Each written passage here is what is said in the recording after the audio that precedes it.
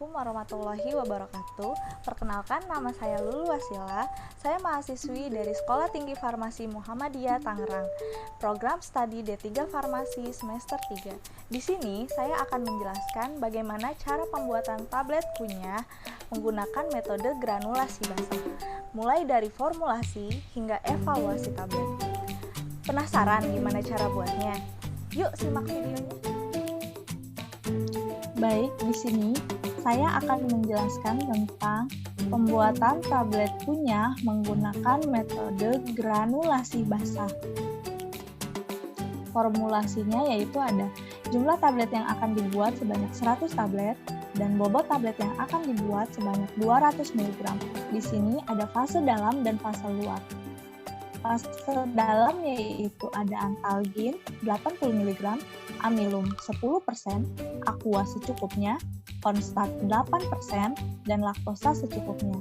Untuk fase luar, di sini kita menggunakan Avicel dengan pH 102 sebanyak 10%, talc 1%, Mg stearat 0,80%, sodium sakarin 0,80%, sodium siklamat 1%, stroberi 0,4%. Fase luar ini jika dijumlahkan totalnya yaitu 14%. Selanjutnya ada perhitungan. Untuk fase dalam sendiri perhitungannya yaitu 100% dikurangin dengan fase luar. 100% dikurangin fase luar yang tadi kita sudah mengetahui yaitu 14%. Maka totalnya yaitu 86%. Untuk perhitungannya seperti perhitungan biasa ya, di mana antalgin 80 mg dikali 100 tablet yaitu jumlah yang akan dibuat. Totalnya 8000 mg atau sama dengan 8 gram. Untuk amilum 10% dikali 200 mg bobot tablet yang akan dibuatnya dan 100 tablet yang akan dibuatnya sama dengan 2000 mg atau sama dengan 2 gram. Untuk aqua di sini kita menggunakan 1,5 kali berat dari zat pengikatnya yaitu si amilum. Maka 1,5 dikali 2 gram hasilnya adalah 3 gram. Untuk aqua sendiri 3 gram sama dengan 3 mili. Untuk konstat yaitu 8% dikali 200 mg dikali 100 tablet sama dengan 1600 mg atau sama dengan 1,6 gram. Untuk laktosa, di sini kita menggunakan 86% dari perhitungan yang tadi dikali 200 mg dikali 100 tablet, totalnya adalah 17,2 200 mg atau setara dengan 17,2 gram. Maka 17,2 gram ini dikurangin dengan total antalgin ditambah amilum ditambah dengan konstat. Hasilnya adalah 5,6 gram. Untuk perhitungan fase luar, di sini ada Avicel 10% dikali 200 mg dikali 100 tablet sama dengan 2000 mg atau sama dengan 2 gram. Untuk talc 1% dikali 200 mg dikali 100 tablet sama dengan 200 mg. Untuk Mg stearat hingga stroberi perhitungannya kurang lebih sama, didapat hasil yaitu Mg stearat 160 mg, sodium sakarin 160 mg, sodium siklamat 200 mg, dan stroberi 80 mg. Dari hasil perhitungan ini dapat kita timbang bahan-bahan banyak antalgin 8 gram, amilum 2 gram, aqua untuk mengencerkan si amilum sebanyak 3 mili, konstat 1,6 gram, laktosa 5,6 gram, Avicel 2 gram, talc 200 mg, Mg stearat 160 mg, sodium sakarin 160 mg, sodium siklamat 200 mg, dan stroberi 80 mg. Untuk prosedur kerjanya di sini ada 3 tahapan. Yang pertama pembuatan larutan pengikat, yang kedua pembuatan granul atau granulasi, yang ketiga yaitu pencetakan tablet. Untuk pembuatan larutan pengikat di sini siapkan alat dan bahan, timbang amilum sesuai perhitungan, tuang air ke dalam wadah gelas sambil diaduk. Suspensikan ke dalam bahan pengikat atau si amilumnya itu, kemudian tambahkan air mendidih yang sudah kita hitung tadi sebanyak 3 ml dengan suhu 95 derajat Celcius. Teruskan pengadukan hingga diperoleh cairan kental berwarna putih. Setelah itu, pembuatan granul. Ayak zat aktif, antalgid, bahan penghancur cornstarch, dan pengisi laktosa menggunakan mesh nomor 30. Tuang bahan-bahan tadi ke dalam baskom, aduk hingga homogen selama 5 menit. Tambahkan larutan pengikat dengan suhu 60 derajat Celcius atau sudah hangat. Aduk hingga menjadi massa kompak. Bila perlu, dapat ditambahkan air hangat lagi untuk membentuk massa kompak tersebut.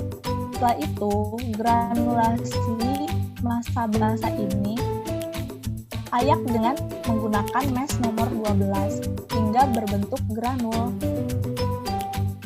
Setelah itu, keringkan granulat dalam oven yang telah dilapisi kain batik pada suhu 40-50 derajat Celcius semalaman, sampai kadar air kurang dari 5%. Ayak granulat yang sudah kering dengan ayakan mesh nomor 12.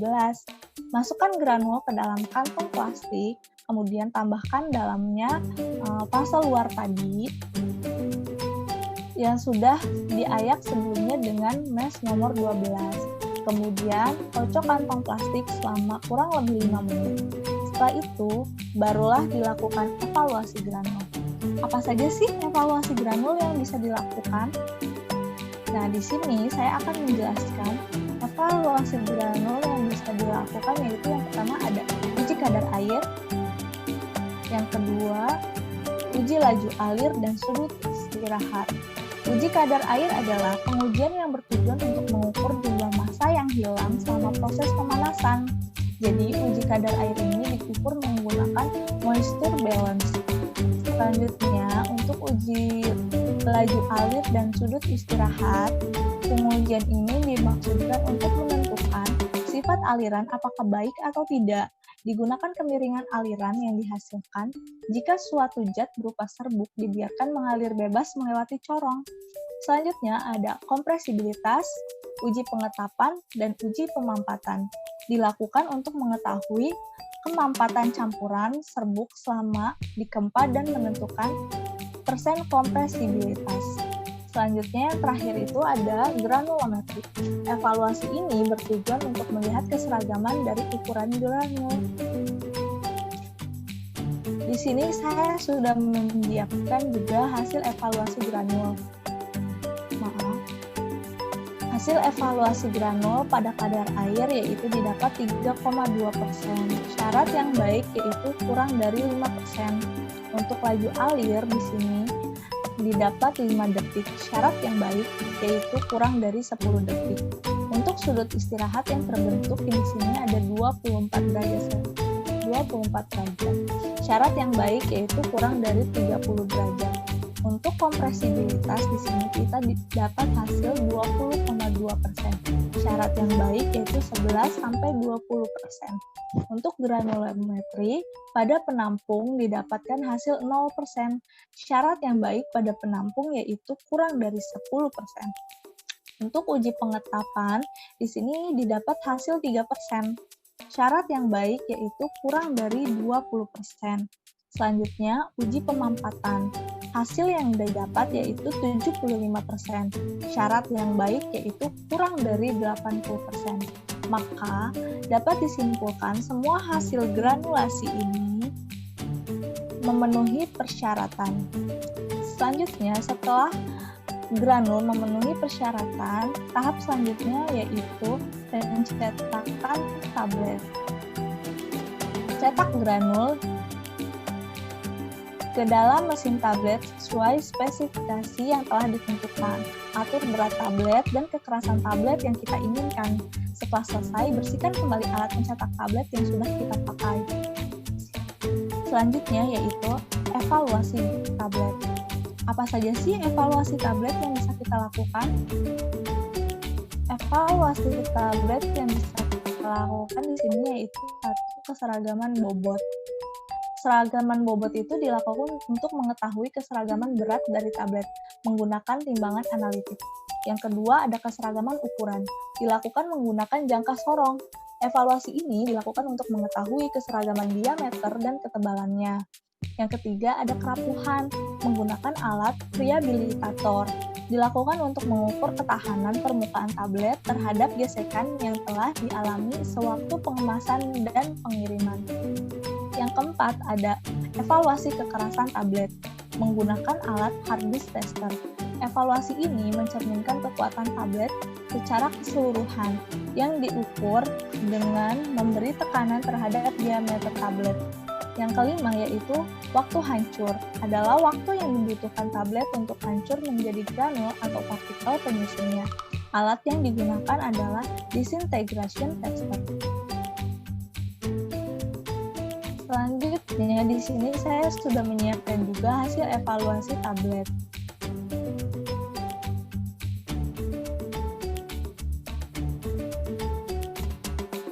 Hasil evaluasi tablet di sini ada keseragaman bobot. Hasilnya yaitu tidak ada tablet yang menyimpang. Persyaratan yang baik untuk berat tablet 151 sampai 300 mg yaitu penyimpangan bobot pada kolom A 7,5% dan pada kolom B yaitu 15%. Kita tahu bobot tablet kita yang kita akan buat itu yaitu 200 mg. Maka keseragaman bobot ini memenuhi persyaratan. Untuk kekerasan yaitu didapat hasil 7 kg per cm kuadrat. Syarat yang baik yaitu 4 sampai 10 kg per cm kuadrat. Untuk uji kerapuhan didapat hasil 0,5%. Syarat yang baik yaitu kurang dari 1%. Selanjutnya ada seragaman ukuran. Syarat yang baik yaitu diameter kurang dari 3T atau diameter lebih dari 1/3 tebal. Waktu hancur didapat hasil yaitu 2 menit. Syarat yang baik yaitu kurang dari 5 menit. Dari hasil evaluasi yang telah kita lakukan ini, semuanya memenuhi persyaratan. Untuk pembahasannya yaitu tablet kunyah merupakan tablet yang diformulasikan untuk dikunyah, yang memberikan residu rasa enak dalam rongga mulut, mudah ditelan dan tidak meninggalkan rasa pahit atau tidak enak. Inilah yang membedakan tablet kunyah dengan tablet konvensional. Selain itu, tablet kunyah juga harus memiliki keterampilan yang menarik sehingga perlunya penambahan zat pewarna pada formulasinya. Tablet kunyah biasanya ditujukan untuk anak-anak atau orang dewasa yang memiliki kesulitan dalam menelan. Selanjutnya ada kelebihan dan kelemahan pada tablet kunyah. Kelebihan yang dimilikinya yaitu yang pertama ada tablet kunyah memiliki bioavailabilitas yang lebih baik dengan adanya proses desintegrasi yang meningkatkan disolusi. Yang kedua, ada meningkatkan kemampuan pasien untuk menerima obat, khususnya pada pasien anak-anak, dan mudah karena tidak memerlukan air untuk menelannya. Dan yang ketiga, absorpsi obat akan lebih cepat. Untuk kelemahannya, di sini ada tablet mengandung sorbitol yang dapat menyebabkan diare. Yang kedua, waktu mengunyah yang cukup lama akan menyebabkan nyeri pada otot wajah. Dan yang ketiga, bersifat higroskopis. Untuk praktikum ini, zat aktif yang digunakan yaitu antalgin. Antalgin merupakan salah satu derivat pirazolon yang mempunyai efek analgetik antipiretik. Antalgin dapat digunakan dengan metode granulasi basah, granulasi kering, maupun kempa langsung. Akan tetapi, yang paling banyak digunakan adalah dengan metode granulasi basah. Ini karena eksipien yang kita gunakan ada yang memiliki laju alir yang kurang baik, makanya digunakan granulasi basah untuk memperbaiki laju alir dan kompresibilitas yang kurang baik tersebut. Pemilihan amilum sebagai bahan pengikat karena sifatnya yang mudah mengembang bila didispersikan ke dalam air. Dan amilum merupakan pengikat yang kuat sehingga akan menghasilkan daya tarik-menarik antara partikel yang baik. Pemilihan laktosa sebagai bahan fungsi agar tablet yang dihasilkan berasa lebih manis sehingga akan lebih mudah diterima oleh pasien. Selanjutnya, untuk pemilihan cornstarch sebagai penghancur dalam dan Avicel pH 102 sebagai penghancur luar karena merupakan penghancur dalam dan penghancur yang luar ini sangat umum digunakan. Selanjutnya, pemilihan talc sebagai glidan karena talkum merupakan glidan yang baik dengan konsentrasi 1-4%. Talkum merupakan glidan yang baik tapi kurang baik sebagai anti-adheren, makanya kita perlu penambahan Mg stearat sebagai anti-adheren. Mg stearat sendiri bersifat baik sebagai lubrikan dan anti-adheren, tetapi kurang baik sebagai glidan. Maka talkum dan Mg stearat ini merupakan perpaduan yang sangat baik. Selanjutnya, sodium sakarin dan sodium siklamat. Di sini fungsinya sebagai pemanis tambahan. Dan yang terakhir, kita menggunakan pewarna atau essence sendiri, yaitu menggunakan stroberi. Dari hasil evaluasi granul dan tablet yang telah dilakukan, tablet yang dibuat dinyatakan memenuhi semua persyaratan yang telah dilakukan. Tablet dinyatakan baik dan dapat dikonsumsi sebagai obat analgetik dan antipiretik. Kesimpulannya di sini saya bisa ambil dari hasil praktikum yang dilakukan dapat disimpulkan bahwa pembuatan tablet kunyah menggunakan zat aktif antalgin yang berkhasiat sebagai analgetik antipiretik memenuhi persyaratan baik pada evaluasi granul maupun evaluasi tablet. Sekian penjelasan dari saya, kurang dan lebihnya mohon maaf. Semoga bermanfaat ya. Assalamualaikum.